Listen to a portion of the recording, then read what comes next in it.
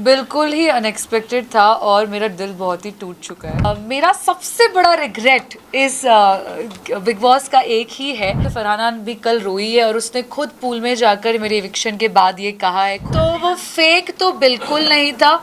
मेरी तरफ से तो जेन्युइन था, आई एम श्योर वसीर की तरफ से भी जेन्युइन था। अब इस वक्त पे आके एक्सपेक्टेड था या नहीं, या मतलब व्हाट वाज योर सिनेरियो, क्योंकि बाहर के रिएक्शन तो आपको मिल गए। बिल्कुल ही अनएक्सपेक्टेड था और मेरा दिल बहुत ही टूट चुका है। अभी भी मैं उस दर्द से गुजर रही हूँ, पर दिख नहीं रहा मेरी शक्ल पे, बट या आई एम डेविस्टेटेड। एंड जो बाहर का रिएक्शन आपको मिला है कि लोग हैप्पी थे कहीं ना कहीं आपके इविक्शन पे। मैंने सच में नहीं देखा। मुझे बहुत लोगों ने ये कहा था कि आप सोशल मीडिया यूज़ ही मत करो। आज सुबह जाकर कुछ यहाँ आने से कुछ घंटे पहले मैंने रिएक्शंस देखे और मेरे फीड पे तो पॉजिटिव शॉकिंग, जैसे गौहर ने ट्वीट कर रखा है, तो मेरे इसमें सपोर्ट और प्यार ही आया है और मैं इसको देखकर बहुत खुश हूँ। नेहल, एक ना वीडियो क्लिप बहुत ज़्यादा वायरल हो रही है जहाँ पर आप बैठे हो, तानिया, अमाल। तो वहाँ पे अमाल ना फरहाना के लिए एक गंदी गाली यूज़ करते हैं जिसको बीप कर दिया गया है। तो वो उसको लेकर काफ़ी ज़्यादा बात हो रही है। ज़ीशान कादरी ने बोला कि वो एनाबेल की बेटी बोल रहे हैं, लेकिन वो साफ पता चल रहा है कि उन्होंने क्या बोला। आप वहाँ पे थी, आप क्या क्लैरिफिकेशन देना चाहती हैं? और आपने कुछ रिएक्ट किया था या नहीं, क्योंकि यहाँ पे कुछ रिएक्शन मैंने उस पर डेफिनेटली रिएक्शन दिया है, क्योंकि फरहाना तो मेरी बेस्ट फ्रेंड है। उसके अलावा अगर आज को कल मैं आपको पहचानती नहीं हूँ, आपको भी अगर कोई ऐसा शब्द यूज़ कर ले तो मैं तभी भी आपके लिए उतना ही कठोर स्टैंड लूँगी आपकी तरफ से। तो फरहाना तो मेरी बेस्ट फ्रेंड है, तो उस टाइम तो मैंने बहुत ज़्यादा रिएक्शन दिया था। अब वो दिखने में आया है कि नहीं आया है, वो काट दिया गया है, क्या नैरेटिव क्रिएट करके वो दिखाया गया है, वो मुझे नहीं पता। बट डेफिनेटली मैंने उस टाइम पे जब उसको अभिषेक बजाज ने कंसेंट के बिना टच किया था तो मैंने इतना बड़ा बखेड़ा खड़ा कर दिया था घर में। तो इस शब्द में तो मैं क्या क्या ना करूँ, आपको पता है। नेहल, दोस्ती अभी भी है फरहाना के साथ, लाइक जिस तरीके से कहीं ना कहीं एक फॉल आउट हुआ था शो के अंदर, मेजर फाइट हुई थी आप लोगों की, क्या कहना चाहेंगे? दोस्ती अभी भी है? देखो, मैंने शो में भी ये चीज़ कही है, कुनिका जी से ये कहा था कि प्यार कभी ख़त्म नहीं होता। प्यार हम जताना बंद कर देते हैं क्योंकि सामने वाले को वो एक्सेप्ट करना नहीं होता कभी कभी। तो शायद वो जताना बंद कर दिया था, पर दोस्ती ख़त्म नहीं हुई है।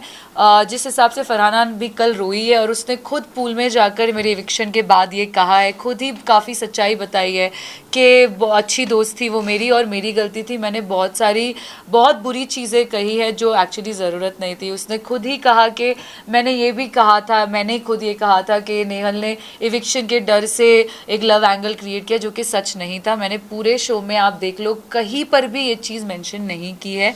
तो आई एम ग्लैड कि वो खुद ही अपने मुंह से बोली। सो आई थिंक उसकी तरफ से भी उतनी ही दोस्ती है जितनी मेरी तरफ से है। शायद बाहर आने पर वो दोस्ती और आगे बढ़ेगी, बट अभी फ़िलहाल वो अंदर है और मैं चाहूँगी, तहे दिल से चाहूँगी कि वो ये शो जीते। नेहल, आपने तानिया को कहा कि तानिया रीजन है जो मेरी और फरहाना की दोस्ती में थोड़ा सा अप एंड डाउन है, still you believe that? Absolutely I believe that she is one of the reason. मैं ये नहीं कहूँगी कि वो एक मेजर रीज़न है। कहीं ना कहीं बैक टू बैक ऐसे इवेंट्स हुए हैं, जैसे चमचे के टास्क से शुरू हुआ था वीकेंड के बार में, जब शहबाज और नीलम ने तानिया को चमचा कहा, फरहाना को मेरा चमचा कहा था। वो कहीं ना कहीं बहुत ज़्यादा अफेक्ट हो गई थी उस रात। मैं भी रोई थी क्योंकि वो 3 घंटे के लिए कुछ कह नहीं रही थी और मुझे बहुत डर लग रहा था कि क्या मुझसे कोई गलती हो गई, क्या मैंने इसको ज़्यादा क्या मैं ज़्यादा स्ट्रॉन्गर दिख रही हूँ जिससे उसको अफेक्ट हुआ। तो वहाँ से ये चीज़ें शुरू हुई है, उसके दिमाग में ये नेगेटिव इंप्रेशंस आना। उसके बाद फिर मालती का ये कहना कि नेहल तुम्हें यूज़ कर रही है, जो कि जिसके रीजंस बहुत ही इनवैलिड थे। फिर तानिया का ये कॉन्टेक्स्ट चेंज करके उसको बताना, नकारात्मक वाली चीज़। सो आई थिंक कहीं ना कहीं ये सारे लोगों का कंट्रीब्यूशन उसमें रहा है। और फरहाना है ऐसी कि वो दिल पे ले लेती है चीज़ें। वो कभी कभी वो ग्लास हाफ एम्प्टी दिखती है, तो आई थिंक वो रीज़न हो सकता है। तानिया ने आपको एंड में सॉरी बोला, आपने बोला नहीं मैं एक्सेप्ट नहीं कर रही, मैं आपको कभी माफ़ नहीं करूँगी। तो अभी भी वही है आपके अंदर कि नहीं माफ़ करने वाली? जी, वो उसने मुझे गले लगाकर कहा कि अगर गलती से कोई गलती हो गई है तो माफ़ कर। मैंने कहा नहीं, आपने बहुत गलती की और आपको मैं कभी माफ़ नहीं करूँगी, और हाँ, I will stick to it. मैं ऐसी इंसान हूँ जो दिल से चीज़ें करती है ज़िंदगी में, और एक बार जब कोई मेरी नज़रों से गिर जाता है तो वो गिर जाता है, फिर उसके और मेरे बीच कुछ रिश्ता नहीं हो सकता। पर आपको लगता है कि आप सीक्रेट रूम से बाहर आने के बाद कहीं ना कहीं आपका पूरा फोकस जो है वो तानिया को नीचे गिराना या फिर आइसोलेट करने में ही ज़्यादा लग गया था देन अपने गेम पे? आई थिंक हम जो भी उस घर में करते हैं वो गेम का ही हिस्सा होता है। तान्या का जो गेम मैंने देखा, मैनिपुलेशन, नार्सिसिज्म और इतना झूठ बोलना, यहाँ की चीज़ें वहाँ रिश्ते तोड़ना, मुझे लगा कि उस चीज़ को इतनी इंपॉर्टेंस देनी चाहिए कि मैं घर वालों को आकर बताऊँ कि देखो ये शख्स ऐसा है। और सिर्फ तान्या ही नहीं, मैंने ज़ीशान कादरी को भी बहुत ज़्यादा कॉल आउट किया है। तो मेरा फोकस सिर्फ एक इंसान पे नहीं था, मैं अपनी दोस्ती भी निभा रही थी, मैं तान्या को कॉल आउट भी कर रही थी, ज़ीशान कादरी को भी कॉल आउट कर रही थी, मैं टास्क्स भी खेल रही थी। हाँ, तो मेरा सबसे बड़ा रिग्रेट इस बिग बॉस का एक ही है कि मैंने अमाल मलिक जैसे दोगले इंसान को कॉल आउट नहीं किया। और मैंने कॉल आउट इसलिए नहीं किया क्योंकि मेरे अंदर एक सॉफ्ट इंसान है और मेरे लिए अमाल मलिक, जिसको मैं भाई जैसा मानती थी, सॉफ्ट स्पॉट आ जाता था। और उनके भी तरीके हैं गुस्ताखी करके, गलत शब्द यूज़ करके फिर 30 मिनट बाद जाके लोगों को सॉरी बोल देना। तो कहीं ना कहीं मैं उसमें पिघल जाती थी क्योंकि मैं एक इमोशनल इंसान हूँ। तो उस चक्कर में मैंने उसको कॉल आउट नहीं किया। बट मुझे कभी भी मौका मिले मैं बेझिझक उसको ऐसा कॉल आउट करूँगी, क्योंकि आज जितने भी लोग बाहर भी आए हैं उन सब ने देख लिया है कि अमाल मलिक ने कितनी दोगलेपंती से गेम खेला है।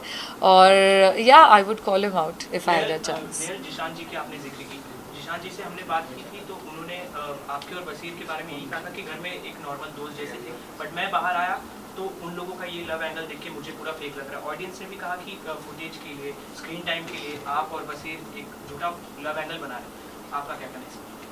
देखो, ज़ीशान कादरी ने ये ऑब्जर्वेशन घर के बाहर आकर की है।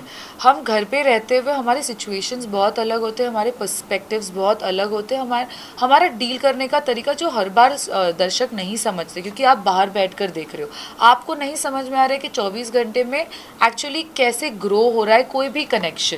तो आई थिंक मैं और बसीर शुरुआत से ही दोस्त थे, क्योंकि हम एक दूसरे को जानते थे। बाहर से सिर्फ 1-2 बार मिल चुके थे, हाय हेलो, म्यूचुअल फ्रेंड्स रहे हैं। वो दोस्ती का एंगल पहले से था। फिर हमारे काफ़ी डिफरेंसेस आए हैं। ज़ीशान कादरी के घर के एग्ज़िट के बाद मैं और बसीर ज़्यादा क्लोज ग्रो हुए हैं, क्योंकि कहीं ना कहीं अगर बसीर ज़ीशान कादरी के साथ ज़्यादा बैठता था तो उसका एक फ्रेंड जाकर उसको, जब ज़ीशान कादरी बाहर भी गया था तो मैं ही उसको कंसोल करने गई थी, I you okay, don't cry, it's okay. तो कहीं ना कहीं वो बॉन्ड ग्रो हुआ है। फिर फरहाना ने खुद से जो स्पार्क इग्नाइट किया था हम दोनों के बीच में, ये कहकर के मेरे ऑब्जर्वेशन से ऐसा लगता है कि नेहल की आंखों में दिखता है कि वो इमोशनली इंक्लाइंड है तुमसे। तो कहीं ना कहीं बसीर ने भी वो पिक कर लिया और हमारा बॉन्ड ज़्यादा स्ट्रॉन्गर हुआ। हमारे डिफरेंसेस कम हो गए, जो भी हमारी मिसअंडरस्टैंडिंग्स थी वो हमने बात करके क्लियर की है। तो कहीं ना कहीं हमें वो कंफर्ट जोन दिख गया था एक दूसरे में। तो वो फेक तो बिल्कुल नहीं था। मेरी तरफ से तो जेन्युइन था, आई एम श्योर वसीर की तरफ से भी जेन्युइन था। अब बाहर आने के बाद काफ़ी सारी चीज़ें मैंने भी देखी है सोशल मीडिया में, जिसने मुझे भी शौक में डाल दिया है वसीर के अगेंस्ट में। आई एम श्योर उसने भी काफ़ी सारी चीज़ें देखी होगी। तो अब वो डिफरेंसेस वापस आ गए हैं। बट क्योंकि वसीर की आदत है, मुझे पता है एज अ दोस्त, कि वो कितना भी बड़ा झगड़ा हो जाए वो 2-3 दिन बाद, कभी कभी आधे घंटे बाद आ जाता है करारी रोटी लेके कि रेहल देखो गुरुजी मैंने बनाई है। सो अगर वो चीज़ ठीक होनी होगी तो हो जाएगी, नहीं तो नहीं होगी।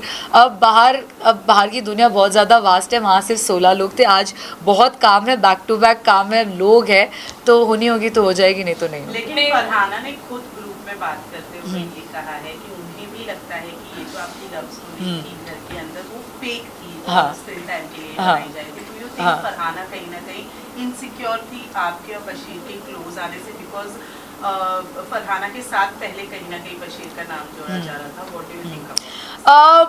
वो इनसिक्योर थी या नहीं थी ये मैं एज अ सेकंड पर्सन नहीं बोल सकती, उसका आंसर तो वो ही दे सकती है। बट आपको मैं क्लैरिटी दे दूं कि अगर वो इनसिक्योर थी तो उसने फिर हम दोनों के बीच में स्पार्क इग्नाइट करनी ही नहीं चाहिए थी। अगर तुमने ही वो स्पार्क इग्नाइट की है, और उसके पहले जब मैंने बसीर और फरहाना दोनों को बिठाकर पूछा डू यू लाइक हर, वो बोल रहा है कि I as a friend I do. मैंने फरहाना को पूछा do you like him, she said no. तो इनसिक्योरिटी की तो बात यहाँ पर आ भी रही है, तो कैसे आ रही है मुझे ये समझ नहीं आ रहा, क्योंकि एक वक्त आप कह रहे हो कि you have no feelings for him, दूसरे मोमेंट पे आप मेरे और उसके बीच में स्पार्क इग्नाइट कर रहे हो अपने ऑब्जर्वेशन के बेसिस पे। फिर जब मैं और बसीर फ्रेंडशिप बॉन्ड ग्रो कर रहे हैं उस पर आप क्वेश्चन भी कर रहे हो, उसको फेक एंगल बुला के। I don't know what to say. कभी भी वो फेक लव एंगल तो नहीं था। हम लोग बहुत कंफर्टेबल थे एक दूसरे के प्रेजेंस में। मैं बीमार हो रखी थी विविक्शन से पहले और बसीर ने मेरी बहुत ज़्यादा हेल्प की है उस सिचुएशन में. So I think it was a very comfortable zone for both of us and हम वो हैप्पीली जी रहे थे. That's about it.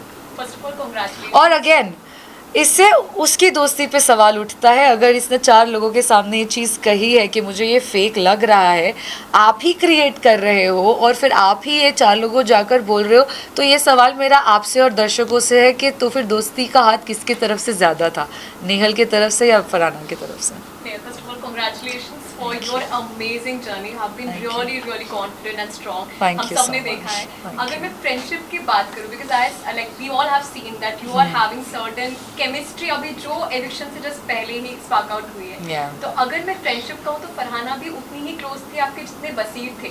तो अगर मैं अभी घर के ज़्यादा थी. बाहर- हाँ, फरहाना ज़्यादा exactly. थी. और Yeah. फिर उनको बहुत हर्ट हुआ हमने देखा कि जब आपने उनके साथ गले नहीं लगाया इन टाइम पे, maybe yes. थोड़ा सा खास भी हो गया. Yes. बट आफ्टर हाउस अगर बिग बॉस के बाहर देखा जाए तो आप फ्रेंडशिप का बॉन्ड ज्यादा किसके साथ अभी बनाना चाहेंगे, बसीर या फिर फरहाना? देखो ये बहुत सिचुएशनल है, ये डिपेंड करता है कि कौन कितना विलिंग है उस चीज़ को. मैं ऐसी इंसान हूँ जो हर रिश्ते को फिक्स करने की कोशिश करती है. मैंने घर में भी ये बहुत बार बसीर को ही बोला है कि बसीर और फरहाना को भी कि फरहाना मुझे ऐसा लगता है कि टूटी हुई चीज़ जुड़ी जा सकती है अगर आपकी चाह हो तो मेरी ओर से तो चाह है क्योंकि मैं वैसी इंसान हूँ, मैं दिल देने और लेने वाली इंसान हूँ. तो मेरे अंदर वो चाह है. अब किसके साथ ज़्यादा स्ट्रॉन्गर बॉन्ड बनता है वो डिपेंड करता है कि उनकी तरफ से चाह कितनी आ रही है. तो आई थिंक वो फरहाना के बाहर आने के बाद ही पता चलेगा. But I am open because I don't believe in holding grudges. ठीक है, thank you, I am so sorry. Top 5 मेरे हिसाब से आई थिंक मैं चाहूँगी फरहाना बिग बॉस जीते. फरहाना मुझे लगता है गौरव खन्ना रहेंगे टॉप 5 में. Third I think Shehbaz entertainment का ये है तो वो टॉप 5 में हो सकते हैं. तानिया क्योंकि वो जो भी डिल्यूशन क्रिएट कर रही है, जो भी झूठ बोल रही है, वो शो को तो ऐड ऑन कर रही है तो वो हो सकती है. और फिफ्थ मुझे लगता है कि फिलहाल तो टॉप 4 ही है. या बट नेहल आपने ऐसा क्यों कहा कि फरहाना हो गया भाई, अभी नीचे जाओ, बसीर वेट कर रहे हैं, बसीर जाए. और गौरव जी टॉप 5 में जाएंगे क्या? ये मेकर्स का कुछ है, स्क्रिप्ट है, आप क्या सोच के गए? यार मेकअप मेकर्स की क्या स्क्रिप्ट है ये तो मैं बोल ही नहीं सकती. मैं अगर काश मैं बोल सकती तो मैं उनसे पूछ भी लेती कि मुझे क्यों इविक्ट किया. पर अब जो भी है मैं चाहती तो नहीं हूँ कि गौरव खन्ना जीते क्योंकि आई थिंक उससे बेटर गेम और लोगों का है घर में. बट हो सकता है वो एक स्मार्ट प्लेयर है, डिप्लोमेसी से खेलते हैं. उनके काफ़ी सारे साइड्स वो बहुत स्मार्टली हाइड करके रखे हैं उन्होंने. बट या anyone I am happy if he wins. या ठीक है, चलेगा.